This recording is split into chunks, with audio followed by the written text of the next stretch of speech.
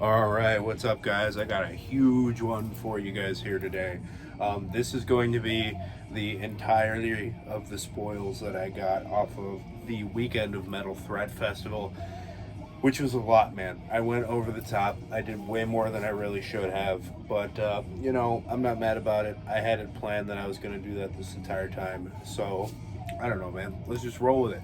So, I have a load of T-shirts. I have a couple records and a stack of CDs. First thing, we are drinking the Stigel Radler lemon malt beverage thing. I don't really know, but I haven't had one of these before. I've always eyeballed them, and it smells like a summer shandy, so in Australia. Tastes like a summer shandy. All right, whatever. We were listening to Montaigne, I don't know, from the Netherlands. This is a power metal band, and this is their debut album from 2002. I've basically been listening to like proto metal, melodic death metal, and power metal the past couple of days. So this is what just wound up on the player for this video. Hopefully it doesn't end before I'm done yammering. We'll see. So Metal Threat was amazing. It was one of the most fun concert experiences I've had in my entire life. One of the best music things I've ever had any hand in, as far as going out and meeting people and having lots of fun, especially because I guess I went by myself and I kept meeting people there. I met a million people. You guys are following me on Instagram. I just posted a bunch of pictures. I met other people as well. So everybody I met there, you guys are awesome. I met a couple subscribers. I appreciate you guys. Y'all are amazing. So I'm gonna start with t-shirts. I have them all lined up right here, and I'm just gonna grab them. My hands are dry, so if you see me wince from touching them, that will be why. First thing I got here, one of my favorite shirts that I picked up was this long sleeve here. Check this bad boy out. Dark Medieval Times. Long sleeve, says Dark Medieval Times down the sleeve, got the Satyricon logo down that sleeve, and nothing on the back, which is a-okay with me. Amazing. The dude, Death Rattle Market on Instagram, if you guys are familiar, that dude was vending at the show. He was running the Sacramento merch booth as well, so that was really cool. Seeing Sacramento was amazing. So another band that I saw live was Whiplash. One of the greatest bands of the entire weekend. One of probably the most energetic, because they were on the small stage. People were going crazy. This is a 3/4 sleeve length shirt, which I'm actually a huge fan of. I just don't own a lot of them because not a lot of bands make them, I feel like.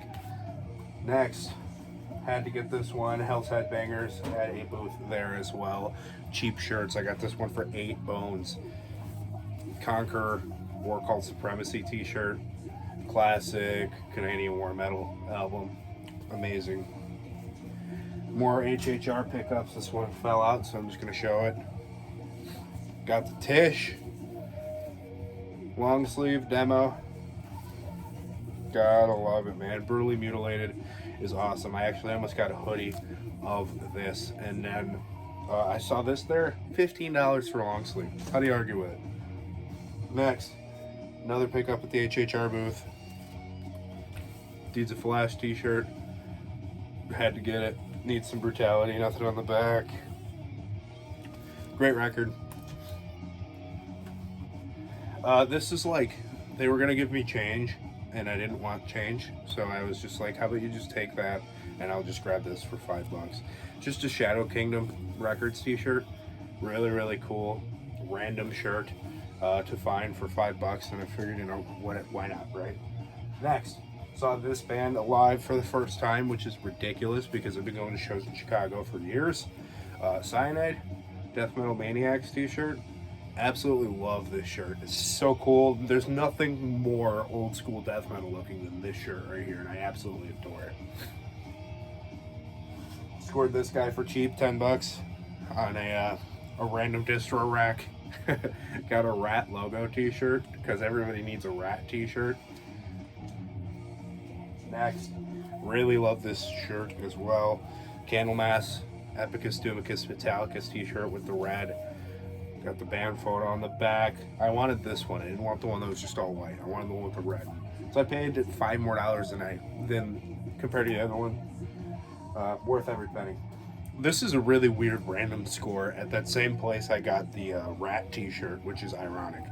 I found a random chromium dioxide t-shirt, which if you guys don't know, Chromie D is an amazing YouTuber, and this is back from when chromium dioxide, the publication was coming out, the magazine or whatever you want to call it, graphic, whatever. I watched his like go-throughs, and they're super awesome. I wish I would have gotten to support them as it was happening.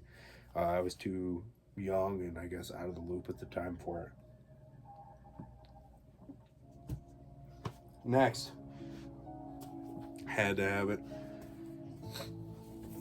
Voivod t-shirt, Power and Pain, really, really good. Sorry, War and Pain. I got whiplash on the brain. Really cool back print, cool front print. This was a really cool score. It might be a little small on me, but you know what? It's motivational. Mina Smorgel summoning t-shirt.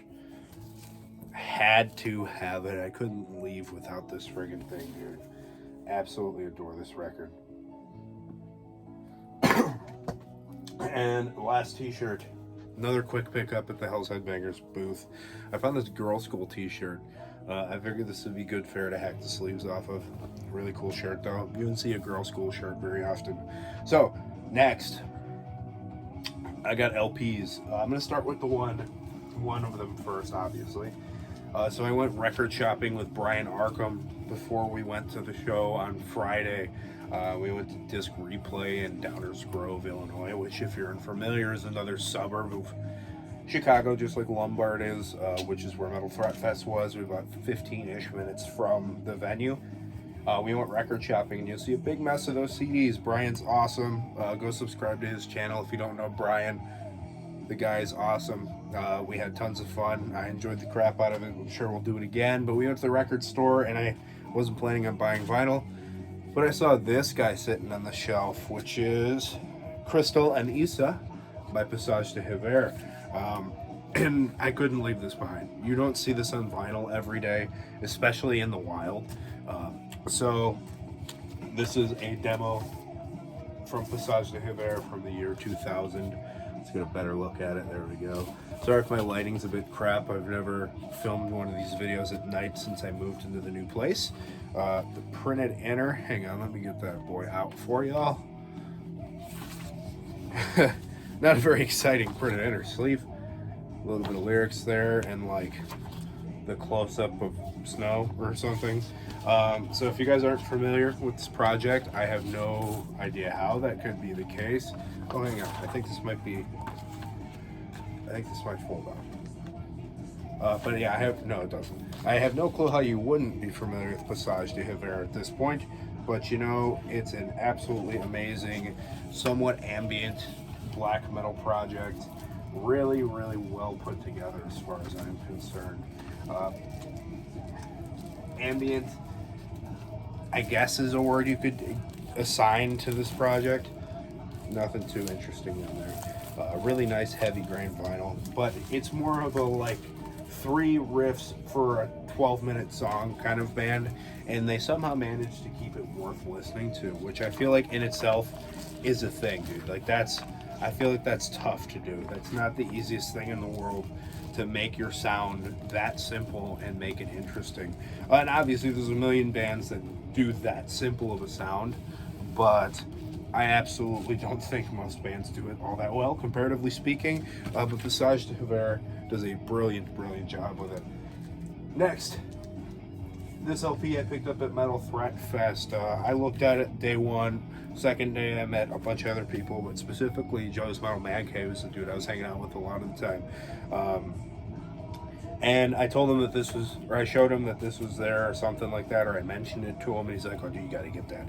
So I went back and I picked up Wrath of Time by Swordmaster on LP. Amazing, amazing EP from 1995.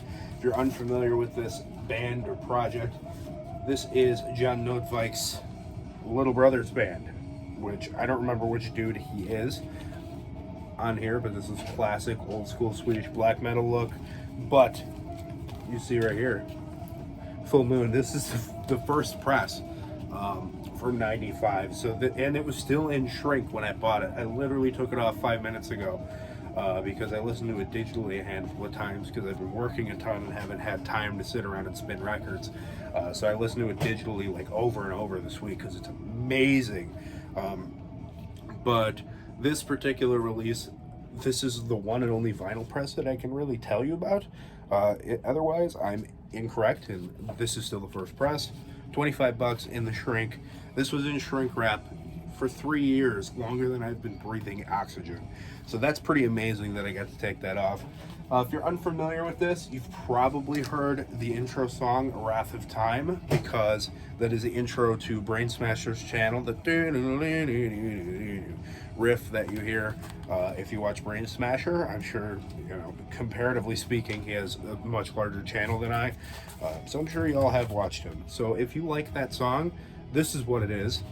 He's mentioned it before, and that's part of the reason I knew who this was. But then I've just heard other people mention it over time, you know, throughout watching YouTube and things like that. It's an amazing black metal album. It's very melodic.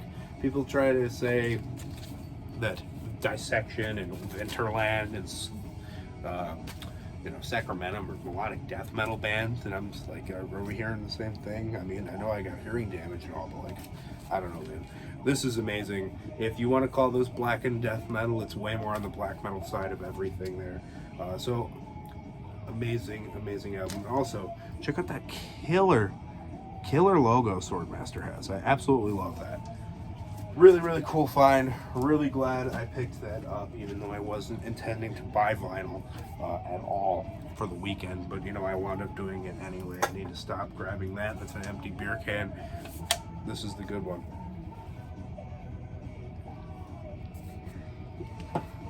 All right, so I have the CDs organized into what I picked up at the store with Brian, and then what I picked up at Metal Threat. So because I'm such a weird stickler of a human being, I'm going to start off chronologically with what I got at the record store first. First thing I got here is, I'll just grab that whole little stack. So this is all I got at the record store. I actually picked up quite a bit right before I even went to the show for the first time, which was kind of stupid, but I got all of this and the LP for a really, really good deal, and the guy who runs that shop is a cool dude. So first thing I got here is Plunge into Oblivion by Vermin. So I found this in Metal Archives randomly one day. Looked at it. Oh, no. Some dude on Instagram posted about it, and I was like, oh, wow, that looks amazing. What is that? So I go and look it up, and it's just a really weirdly obscure old school Swedish death metal album. And you could pick this up for like $4 on Discogs, which I'm just like, what? What is that? It's great HM2-ish death metal, but I think these guys are drinking a little bit of that Floridian swamp water on top of their you know, their snus and Häagen-Dazs or whatever they eat in Sweden. But it's just a really good Swedish death metal album, man. It's quick and to the point. It doesn't linger too long, even though it's a pretty long track listing. It has a really well driven beat throughout the entire thing. It's dynamic and it's interesting, and there's a very obvious Discharge influence. So if you're into that style of Swedish death metal, as opposed to, you know, I don't know, man, I think there's a big difference between the sound of Unleashed and like Dismember. I don't know. I feel like once you listen to enough of this, you pick enough apart that you can kind of tell what I mean by that. And I would say this one lives a little bit closer to Dismember, but maybe a little more hardcore. So if you haven't heard this Vermin album, go check it out. It's like the auditory equivalent to crunching a bag of chips with like a wood chipper. It's really good. Next, Mythical Beasts in Medieval Warfare by Harasira. or something like that. This is the only Latvian black metal album I could think of in my collection. I do have another one that I think might be there. They might be Bolivian. I don't know. It doesn't particularly matter to me. But this is this band's one and only full-length album. Like I said, Harasara or something like that. This album is weird, man. I saw Brain Smasher recently talk about it. Not to be talking about Ben all the time on this channel for whatever reason this video, but apparently a lot of this crosses over into that. So, excuse me. So this record in particular, he called it the most painfully mediocre black metal, but sometimes there's a place for it, and I see where he's coming from. It's a good record, man. It's not the most, excuse me again, breathtakingly amazing thing you've ever heard in your life, but I don't know, man. It sounds like they have a lot of potential. This band seems like they have a lot more ambition than they do ability, which is kind of annoying, kind of disappointing for them. But, I feel like their biggest downfall on this was the vocals. I think if they would have replaced 80% of the clean female vocals that they just plastered everywhere on this album with the harsh, wretched vocals, I think they would have gotten more attention. They would have at least had the same level of clout and credibility as something like Thy Primordial, maybe not as interesting and cool of riffs, but I think that like musically they could kind of have a similar mental, kind of like a mental state for people, at least atmospherically is what I'm picking up. But the female vocals really ruined the immersion as far as I'm concerned with this album. But nonetheless, I really do like it, and it's gonna stick around. I found the demo a long time ago because I like the album cover, and I wound up putting this in my Discogs want list too, so it's kind of stayed on my radar a little bit, and I'm glad to have it. Next, really happy to have this, Saurian Exorcisms by Carl Sanders. If you guys aren't familiar with this is Carl Sanders from Nile, his little solo project. I watched an interview where he was talking about this. This is basically like on his days off from touring, or from teaching like he did during COVID, he would sit around and fart around in like a warehouse by himself, just jamming on guitar, jamming with all kinds of different instruments, synthesizers, all these kinds of things. And somebody who was listening to it, I think it was one of the guys from his record label, told him he should record that and put it out. Obviously this is 2009, my reference to COVID is invalid for that, but you get my point.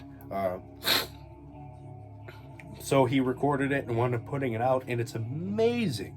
This is some of the greatest random solo project, ambient kind of synthy, maybe a little bit guitar-driven synthesizer music with a great amount of traditional Egyptian folk and, kind of like eerie Middle Eastern sounds, like the kind of like you're watching that movie with The Rock, The Mummy, like all the eerie scenes that have like kind of Eastern soundscape to them. That's kind of all over this, and it's really amazing.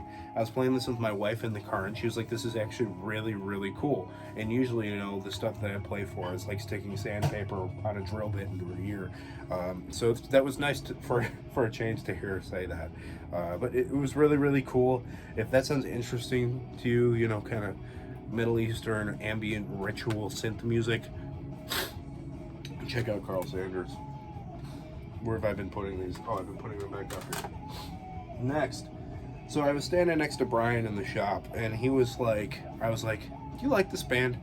And he was like, oh yeah, this, and he's like pointed at all four of them. He's like, these are all great.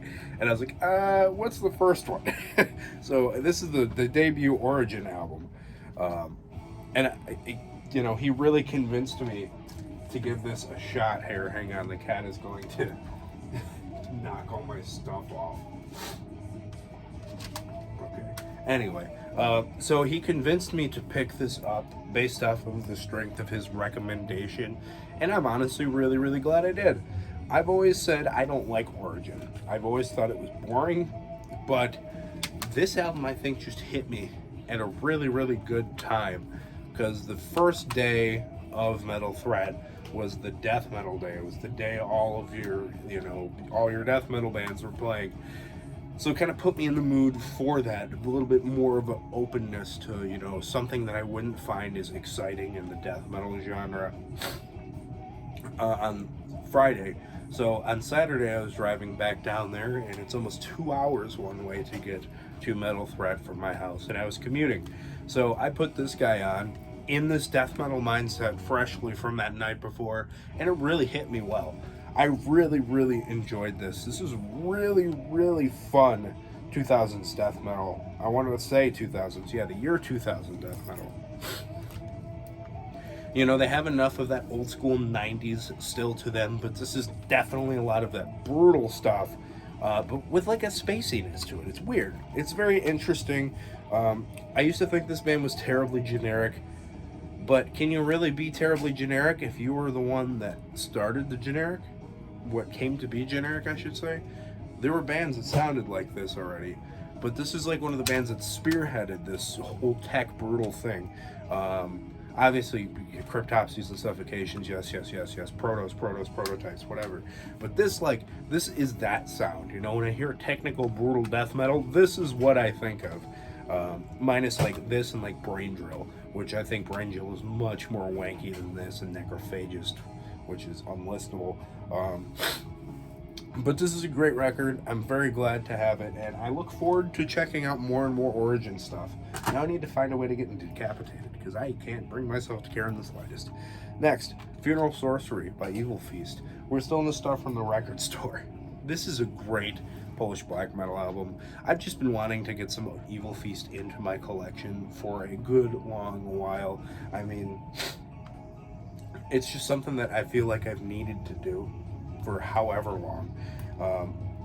And I picked this one up having listened to more of the new stuff as opposed to this, and it's a good record. Don't get me wrong, it's a pretty good record, but it really does feel like a one-man black metal project. The new stuff is really expansive, and the synthesizers are huge, layers on top of layers. It's super complex, it's super huge sounding. This sounds like a one guy, if you get what I mean. But this is 2005, so I kind of would expect that. I mean, Xasthur was not new, but they weren't, the titan of black metal they are now. Same thing with Leviathan, and the big names in your one-man black metal. It's your Crebanes, your Croms, your all that stuff. Your Judas Iscariots. So this was like in that dark throaty vein more than anything, really raw. I feel like I've heard this album before I heard it, if you know what I mean. But that doesn't take away from it, because it's still really well done. It's really good. I just tend to prefer newer Evil Feast, but I'm glad to have it, and I plan on getting the newer stuff as well. Next, really, really glad I got this. It was buy 4 get 1 free, deal-wise, at this record store. So I picked this up like as the free one, and I was like, what this is, the Brian, and they told me at the counter, because it was short 1 or a short 2, and he was like, get 1 more and then pick out a free one. I was like, yeah, whatever. I went and ran back and grabbed this really quick because I liked the album cover, and he's like, oh yeah, that's the dude from Manila Road's side project, and this is Hellwell, Beyond the Boundaries of Sin, right here. Shadow Kingdom reissue. What is Mark Shelton? Mark's last name always eludes me for whatever reason. Kronos is being an absolute monstrosity. He's getting the zoomies right now. But this is great. This is like, it's weird, man. It's really back half loaded, which I've noticed is something I've been saying a lot lately. Like the tail end of records lately have been hitting it harder for me, as opposed to the beginning lately for whatever reason. But this is great epic metal, really keyboard heavy. Especially organ, this has got your deep purplish kind of old school Hammond Uriah Heep sounding organ to it, played over like the slower to mid parts of Manila Road. There's none of the fast, kind of gallopy parts that you get with some of the Manila Road material. This is your slower stuff, and this is when Mark really, in his older age, Mark's voice got really weird sounding. And I like it a lot. I think it's really cool, but I could see that that would be something that would cause people to steer clear of this and anything later in the Manila Road catalog, I would say. But if you like your kind of mid-paced parts of Manila Road, your slower parts of Manila Road, with maybe like a Hammond organ player, he's not going to be competing with John Lord or anything like that, but he really does a good job with it. Check out Hell Wolf, yeah. All right, the CD that I probably didn't really need. This is Winter Skotten by Vintericket. I pretty much purchase Vintericket every time I see it, and it's always cheap. It's always dirt cheap. I broke the case somehow. I don't know. I just keep buying them because I find this band really collectible. The discography is enormous. It's ambient black metal, if you guys aren't familiar. It's really synthy. It's good. It's really good. I enjoy this a lot. I mean, this is good, headphones, walking in the woods by yourself music. And I enjoy that about it. But it's the kind of thing that I don't need to have as many Vintericket CDs as I do. Just like I don't need to have as many Zaster albums as I do. But I do anyway. Or just, I don't know. You keep getting the same thing over and over with minor variations. And it just tends to pile up. And I'm going to buy more Vintericket, just like I always do. I don't know. It's good ambient black metal. It's simple. It's nothing to write home about, but it's very enjoyable. Really, really cool. I'm glad to have it. I'm not going to say anything else, really. Next. This one's fun. I bought this specifically for nostalgia. I almost joined this band. They're called Purge, out of Illinois, and this is Beyond the Unknown EP. I pretty much learned all the bass parts for this EP in an afternoon with this dude right here, Bernardo, in his garage hanging out, and he wanted me to join, but he told me basically I'd have to put my band on hold, Apotheosis. This was before, this is like when we were starting to get some traction. I don't remember if it was before or after the EP came out, but right around that time we were starting to get a lot more shows. We were meeting a lot of people. We were starting to make friends, all that kind of stuff. So I didn't want to ditch that, especially because it's my passion project. And Purge always had a really bad reputation in our local scene. So I really don't regret not joining this band, even though they were getting, big shows, opening for your Deicides and playing in, different parts of the nation. They broke up, so whatever. But Apotheosis is no more either. But whatever. It's good death metal. It's really, really solid death metal, and that is all there is to it. It's a little techy, a little thrashy at points. It's a whole lot of fun, though. I really do enjoy it. So the fact that it was for just nostalgia at first is whatever, but the fact that it's sticking around is kind of a testament to check out your local bands, man. They can be really, really good. I don't know. That's pretty much all I can really say about this one. But yeah, Purge. Next. Alright, this is something I feel like I didn't particularly need. This is Eerily Howling Winds, the Antediluvian tapes by Ancient. I picked up this demo comp for cheap just because I felt somewhat completionist about Ancient, which is hilarious because most of their catalog is garbage. But, I just felt like I needed to pick this up, so I did. I listened to it. I didn't need this. I really didn't. It's sloppy versions of their songs. It's like listening to 15-year-olds try to copy all your typical Norwegian bands. It's not amazing. It's nothing special. I didn't need this in the collection particularly, so I'm not going to sit here and talk crap on it. There's really no good reason for it. But Ancient. I really like the Canyon Chronicles, if that means anything, because it's an amazing, amazing black metal album, fight me. Next, another one that I'm not going to be too excited about. This is Tobias Sammet's Avantasia, The Mystery of Time, a rock epic. This is an Avantasia album from 2013. Again, another one of those bands I'll just pick up randomly whenever I need you know, whenever I see it, because it's always cheap. It's another one of those bands, you know. It's always cheap to pick this up, minus the first handful, because they're really good. Nobody wants to just get rid of those, you know. But this one, I see why it was in the used bin.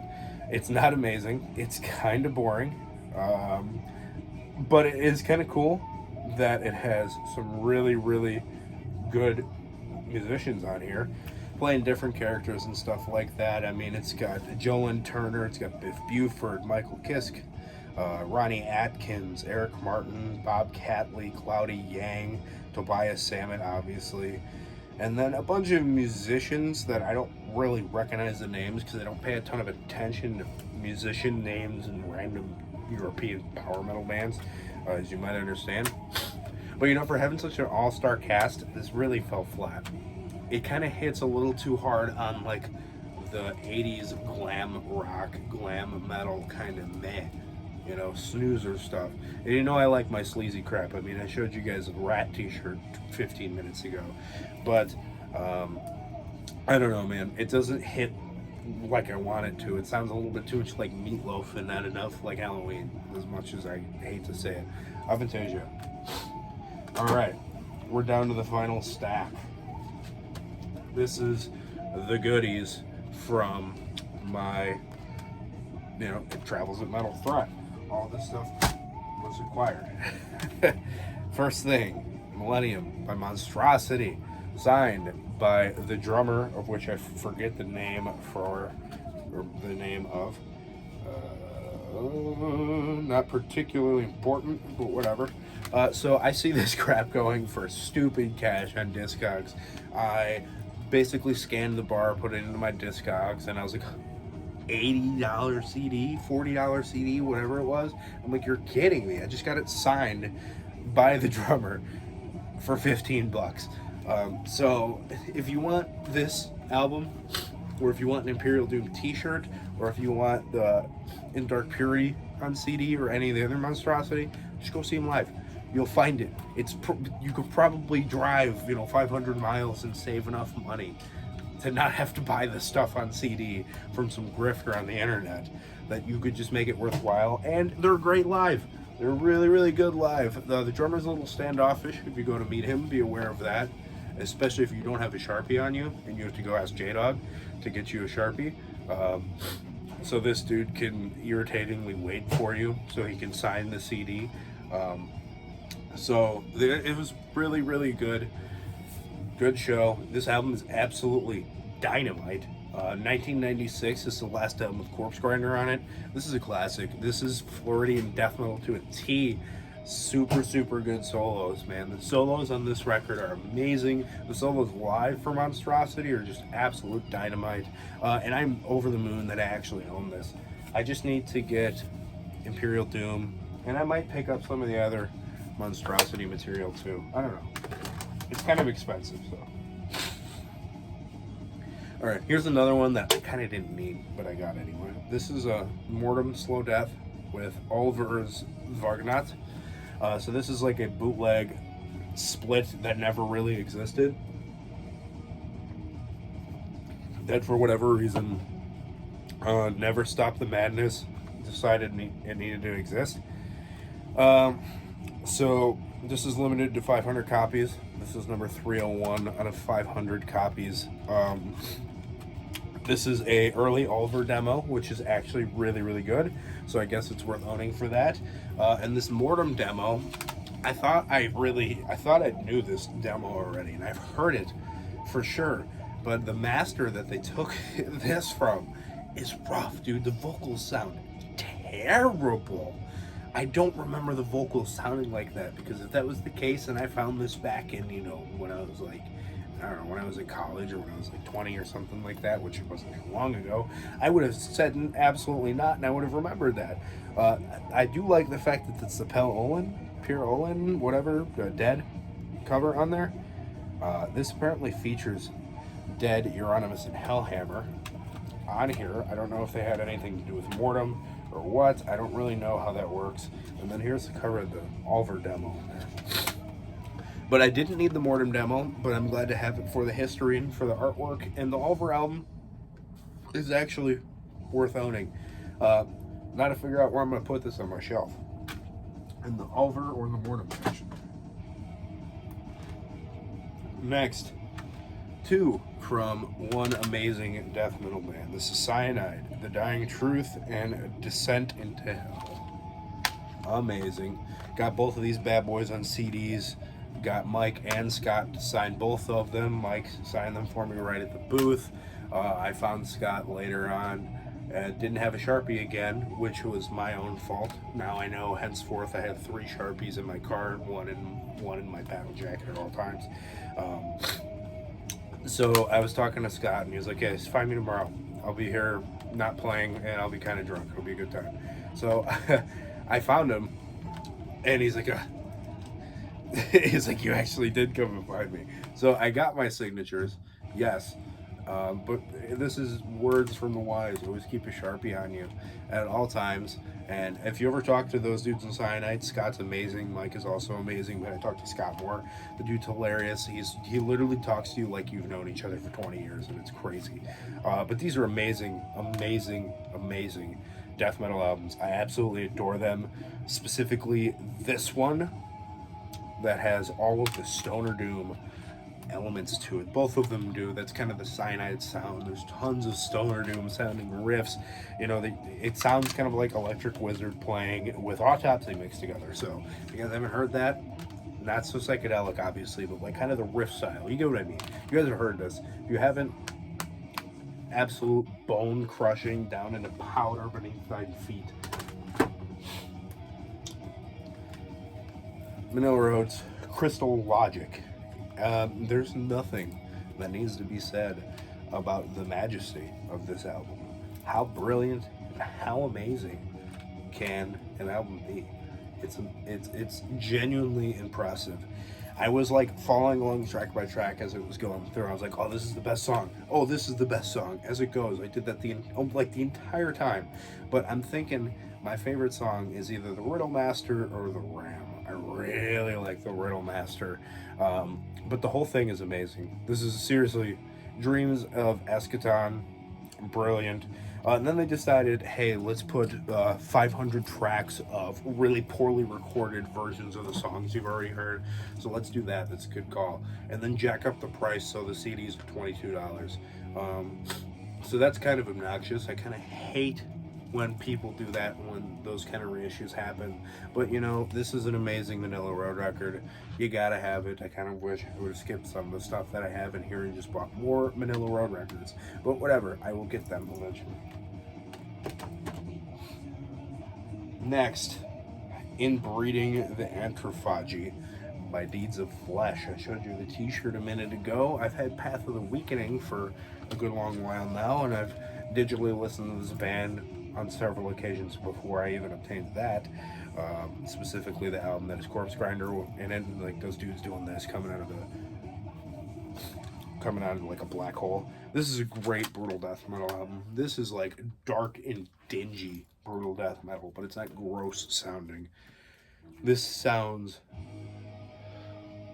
I don't know what the word is. It just sounds, I hate to call it cavernous because that is such an overused word, and I say atmosphere all the time, but cavernous to me is like, yeah, duh, it's new death metal. This isn't new, but like this in particular album really does sound like you're in this cave, but the fire already went out. You just hear these creeps just coming around you, rattling bones. It's amazing. This is seriously a crazy, crazy record. Deeds of Flesh has a really weird atmosphere to them. Deeds of Flesh. We're getting there, y'all. Alright. Reign in Supreme Darkness. Ooh, I see a dark cake pop flying my way. Hello. Thank you, darling. Paige brought me a cake pop. She was making some fresh ones. What flavor is this? Chocolate.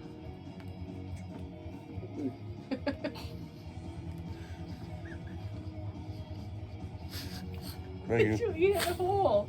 Why not? What's even the point of the stick? That's what I'm always saying. Alright, anyway, sorry you watched me stuff my face.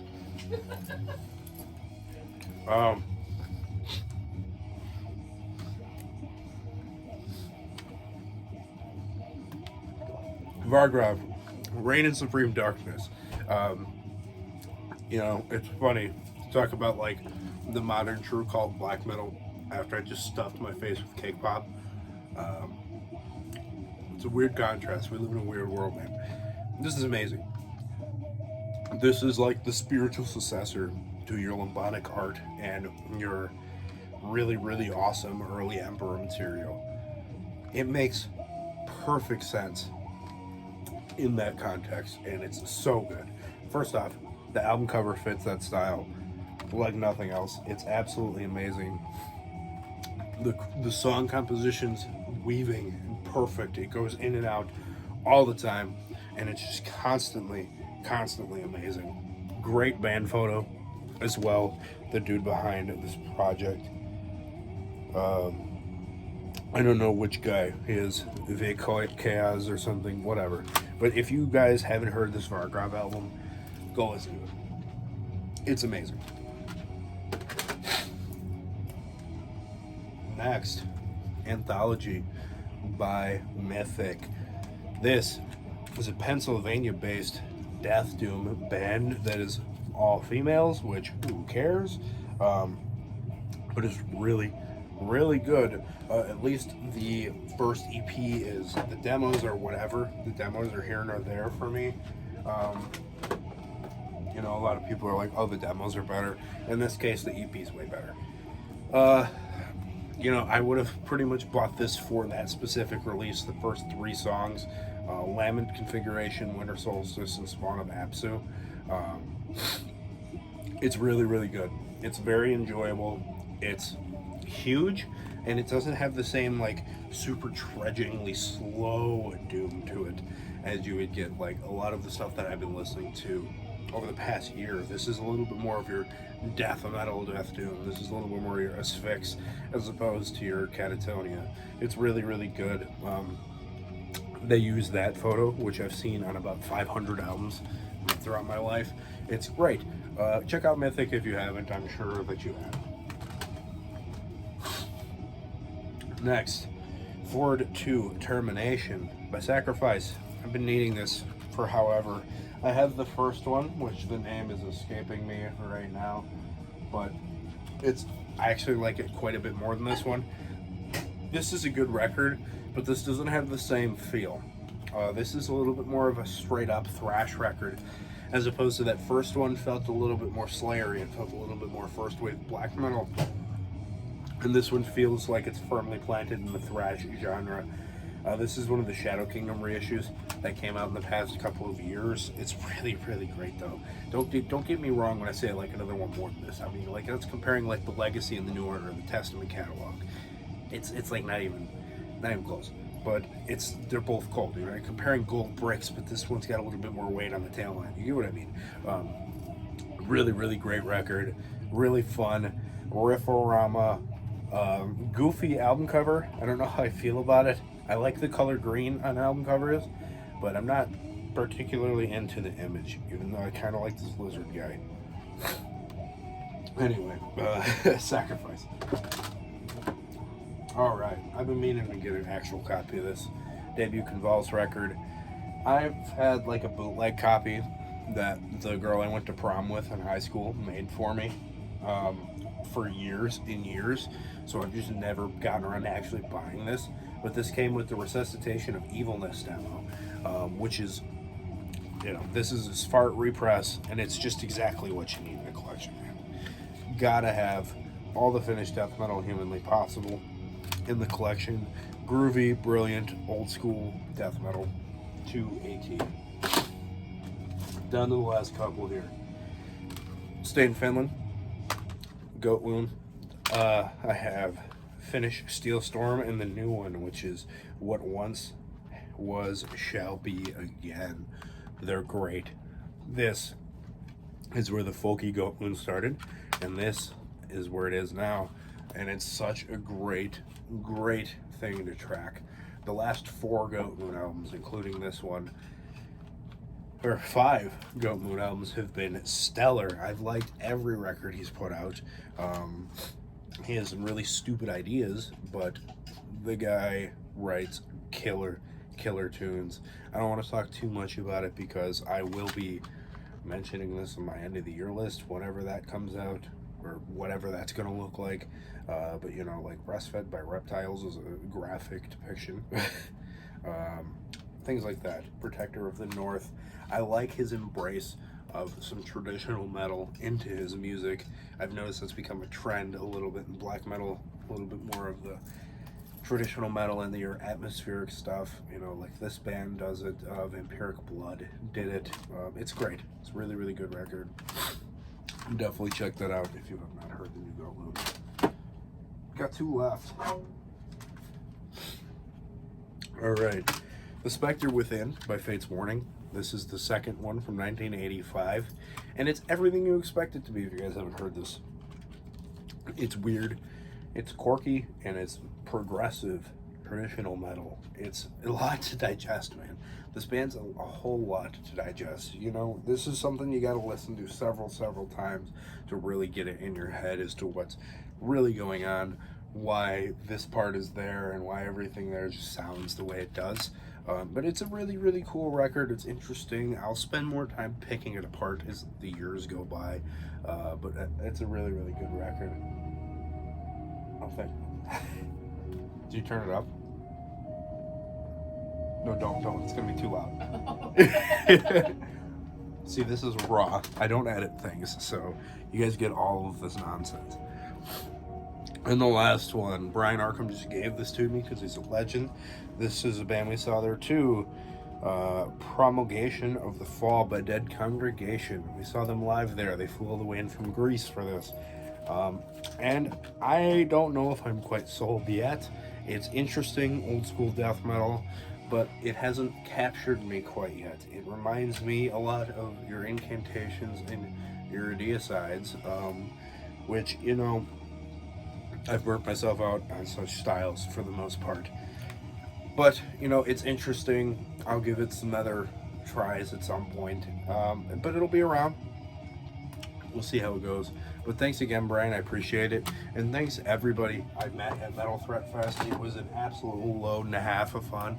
I enjoyed it so much. It was absolutely amazing.